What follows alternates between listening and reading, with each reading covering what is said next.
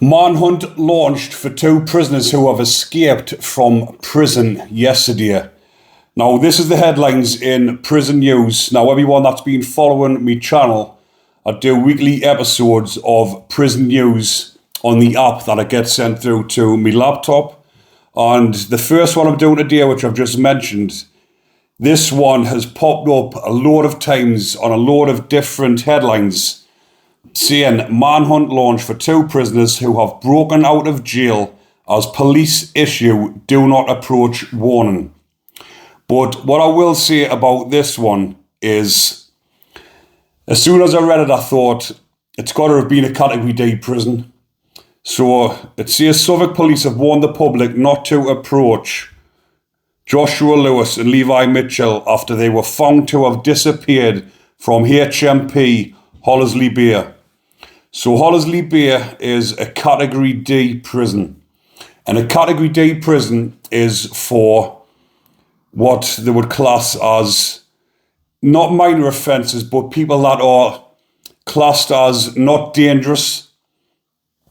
Obviously, that's why they're in a Category D prison, because a Category D prison, even though it says here that the headlines, when it's saying broken out of jail, straight away people think they've broke out of a prison somewhere like something that's got big gates on, big walls, big metal fences. But a Category D prison, because it is the lowest security prison available, there is no fences around them, so you can't just walk out of the door.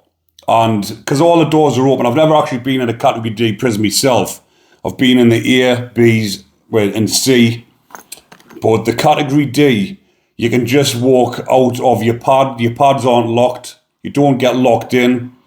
Obviously, they've got to do roll checks where they come round every day to see if all the inmates are still in the prison. And this is probably when they found out that the inmates have escaped.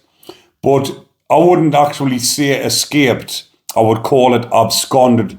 Because like I've mentioned, you can walk out of your pad, go out onto sometimes they've got like football fields, got different parts of the prison that you can walk to unescorted without any prison officers following you.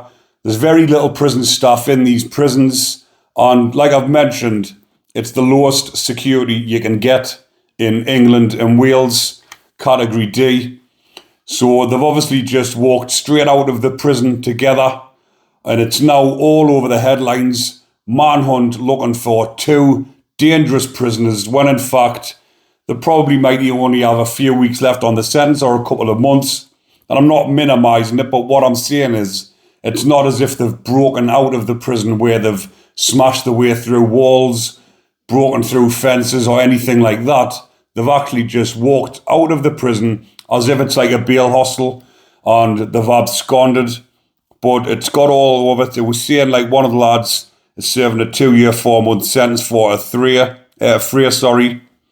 and the other lad had been serving a sentence for multiple burglaries.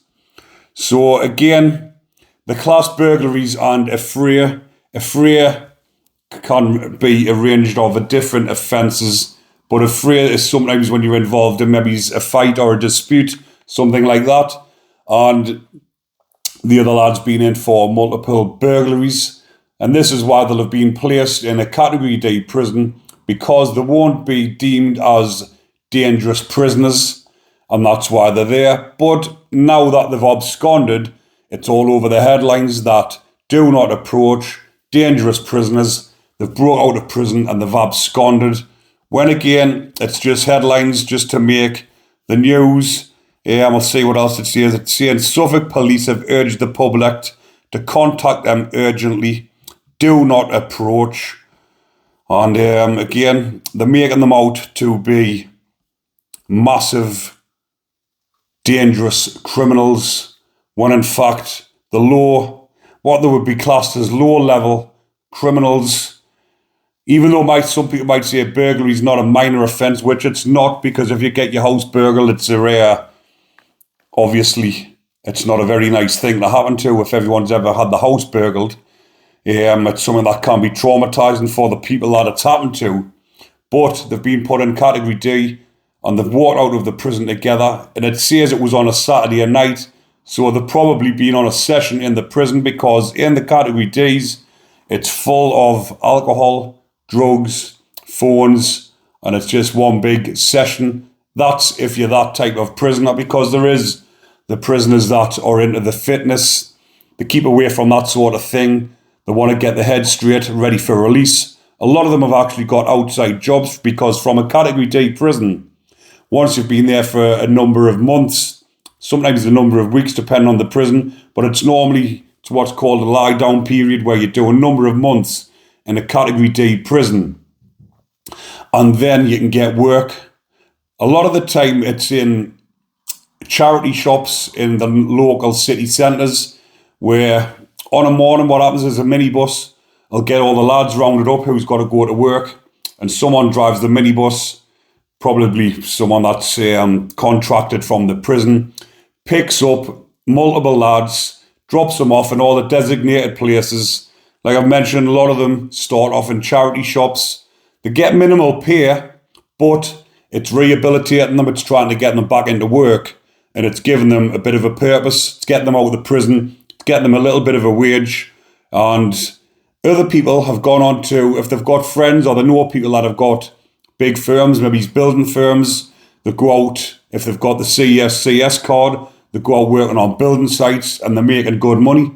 But the prison does actually take quite a large sum of the money they earn. I think can't remember exactly, but it was something like 50% of the profits.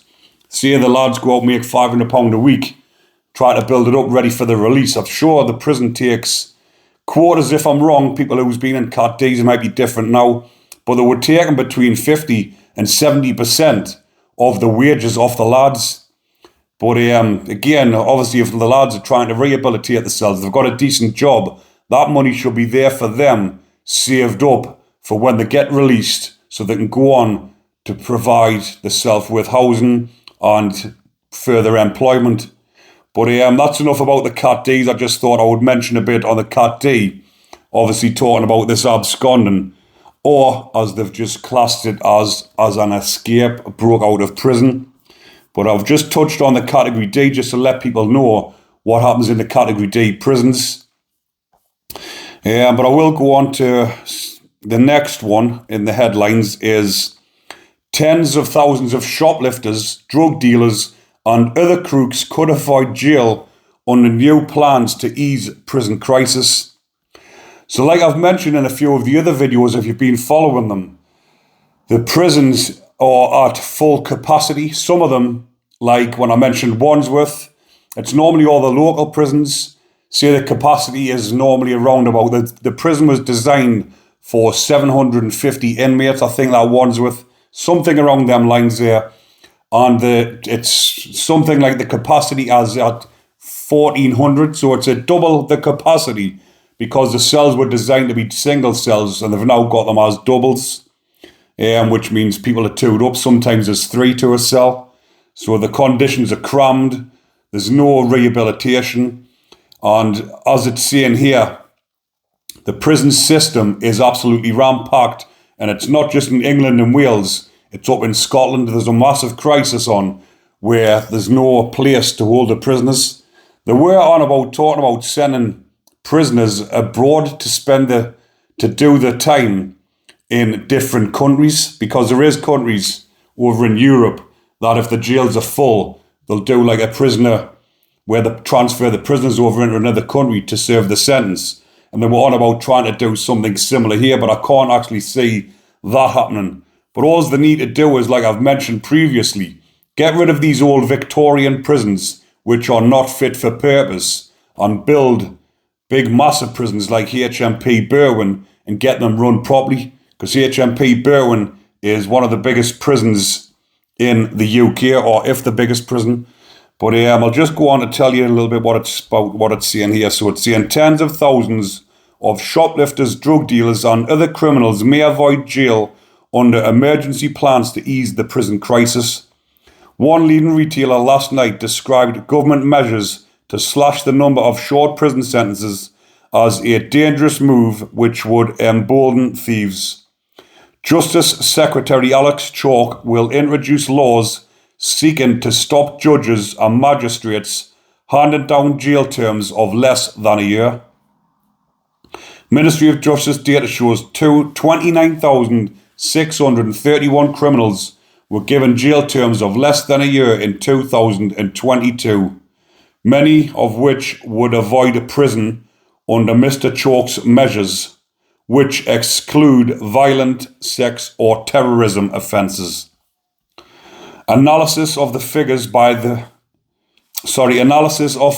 reveals 5,000 convicted shoplifters a year could dodge jail, along with 1,800 drug offenders, 400 burglars and hundreds of car thieves. Now, when it's talking about these type of offenders and it's going on about convicted shoplifters, these could just be people that are going into shops that are, because we're in a crisis at the minute, housing crisis, food crisis, everything at the minute, which seems to be, everyone seems to be struggling financially. So people are going into shops and pinching food to feed themselves. So maybe instead of giving these people jail sentences, they should be giving them more help. And when it goes on to say about the drug offenders, it won't be drug dealers that they're on about here. They'll be on about people that have been maybe pulled in the town centres on a night out. They've been searched and they've been stopped and they've been found with minimal amounts of drugs in their possession. They've maybe took some E's on a night out or took a little bit of cocaine or whatever.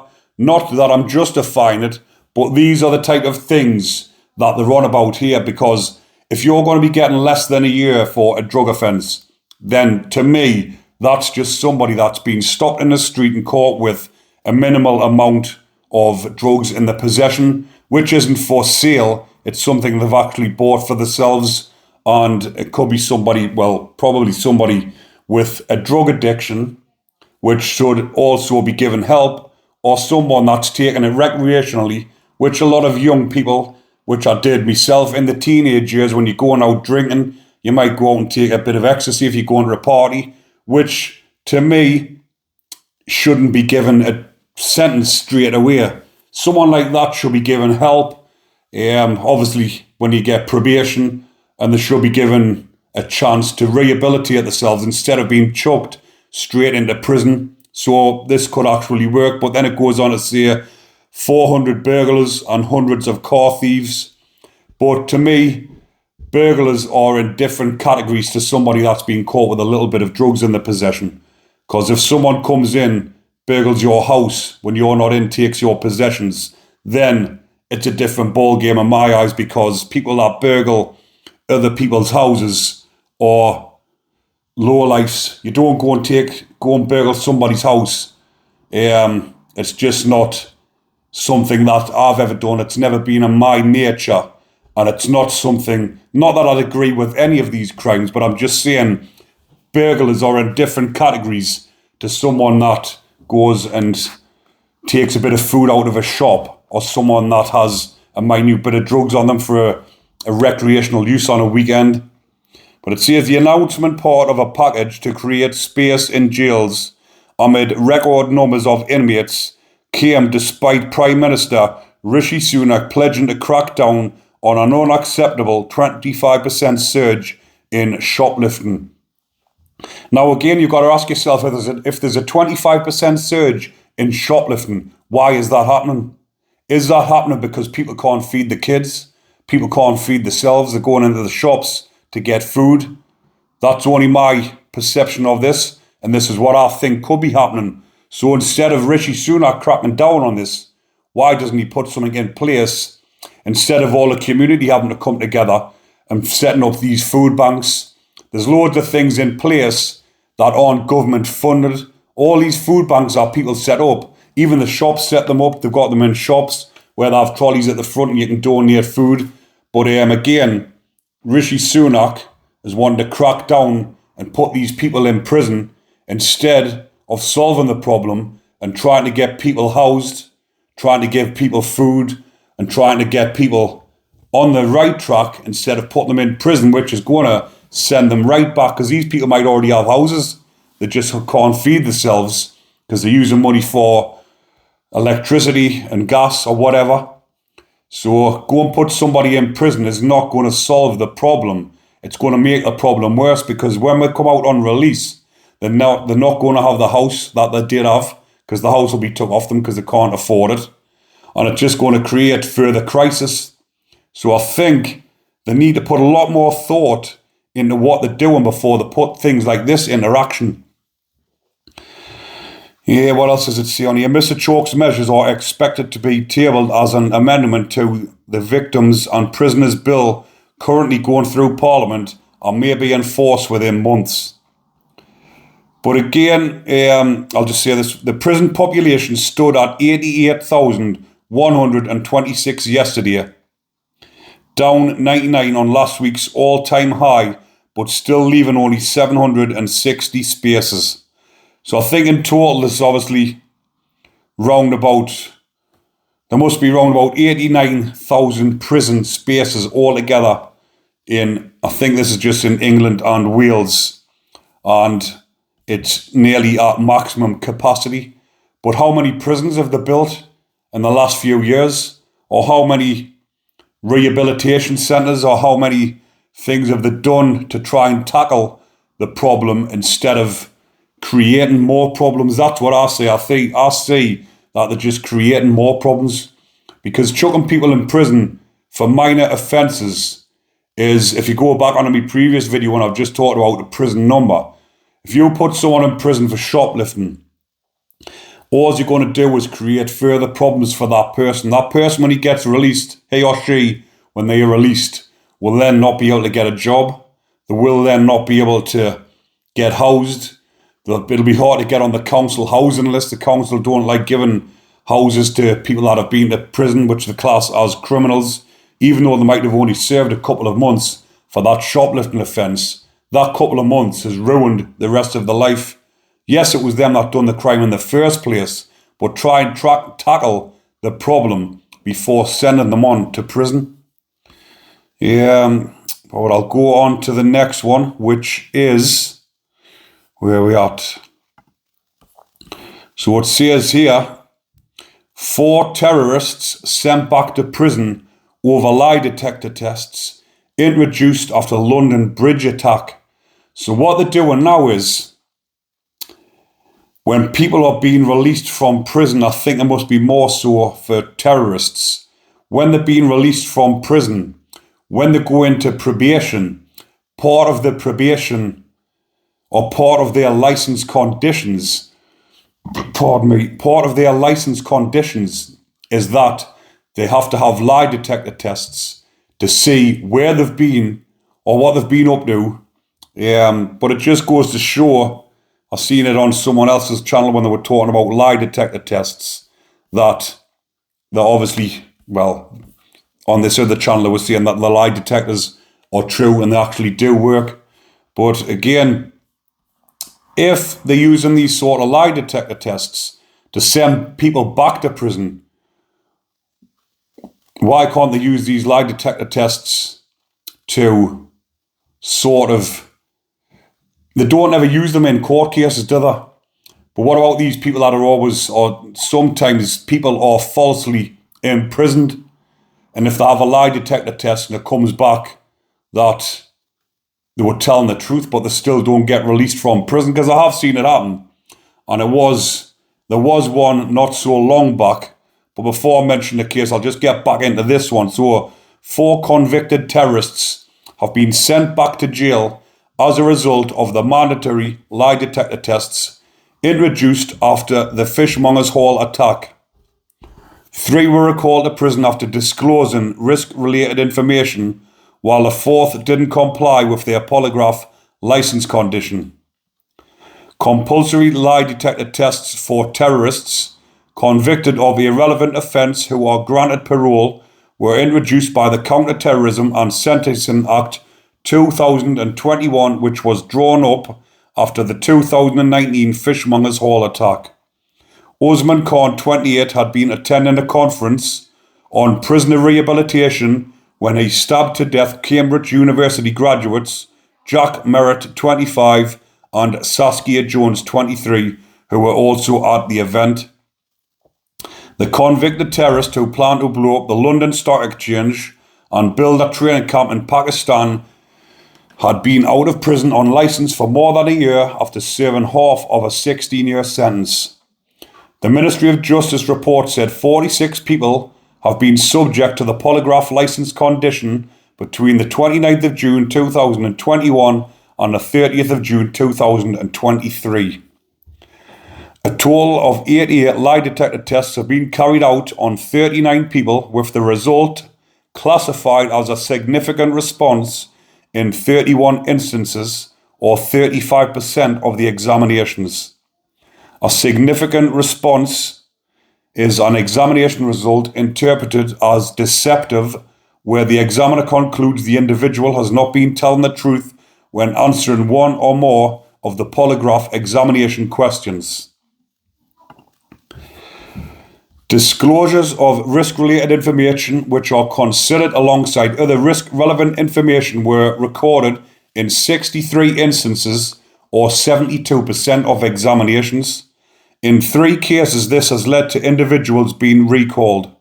A lack of compliance with the polygraph licence condition by a 4th individual also contributed to their recall. So obviously what that means is he obviously must have been up to something he shouldn't have been. So when he's went in and been asked to do his polygraph test, he must have said no, he's not complying with it, he's not doing the polygraph test, which is an immediate recall, because if that's on his licence conditions and he's saying no, he's not going to go along with it, then he's recalled to prison.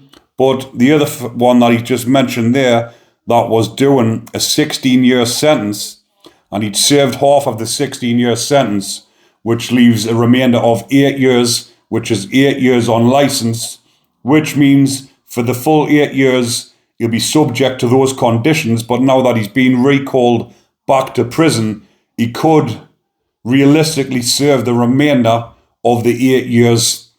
You will have to go through a parole process, but if he's going on the parole board and saying he won't agree to these conditions, he will not be released. He will have to serve the full 8 years, the remainder of the full 8 years, and then that will total the 16-year sentence, which then he'll have no license left. But what they're doing now is, even though if you get a 16-year sentence, you do the 8 years, 8-year license, even if you serve the rest of it, so you serve the full 16 years, they're now bringing things into force where they put extended licenses on you, which they've done with Curtis Cocky Warren. He'd served all of his sentence, and they ended up putting an extended, I think it was a 5-year extension on him, even though his sentence was all finished with. He'd served nearly every day of his sentence. They then go and put an extension on it, which is quite extravagant when you've already served your sentence. But I think he was back in on a recall on that. But it says here, the Counter-Terrorism and Sentencing Act created a new category of serious terrorist offences amid concerns offenders convicted of planning attacks were receiving relatively light sentences. It said those found guilty under the category should face a minimum of 14 years in prison, with an extension period to be served on licence of between 7 and 25 years, unless there are exceptional circumstances. Now, some things I agree with and some things I don't, which a lot of your viewers will. But what I do agree with things like this, with terrorists who pose an imminent threat to the UK public, should have conditions on them such as licenses, when it's saying with an extension period to be served on licence between 7 and 25 years. If someone is in this country who is a terrorist, who poses a threat to the UK public, then they deserve to be on a licence where they kept an eye on, just to see what they're doing and what the whereabouts are. Because if they've planned attacks in the past, people like this are probably plotting and planning whilst they're in prison to commit further attacks on release, which we've actually seen happen, and this is why they've brought this in. But I think I've covered enough on that one, people. I've covered 3 stories in the prison news. But again, if you are enjoying the content, remember to like, comment and subscribe. And if you would like to join my Patreon channel with exclusive content, the link is in the description. But again, it'll go a long way to help support my channel. But again, thank you very much for watching, people. Enjoy your day. Take care.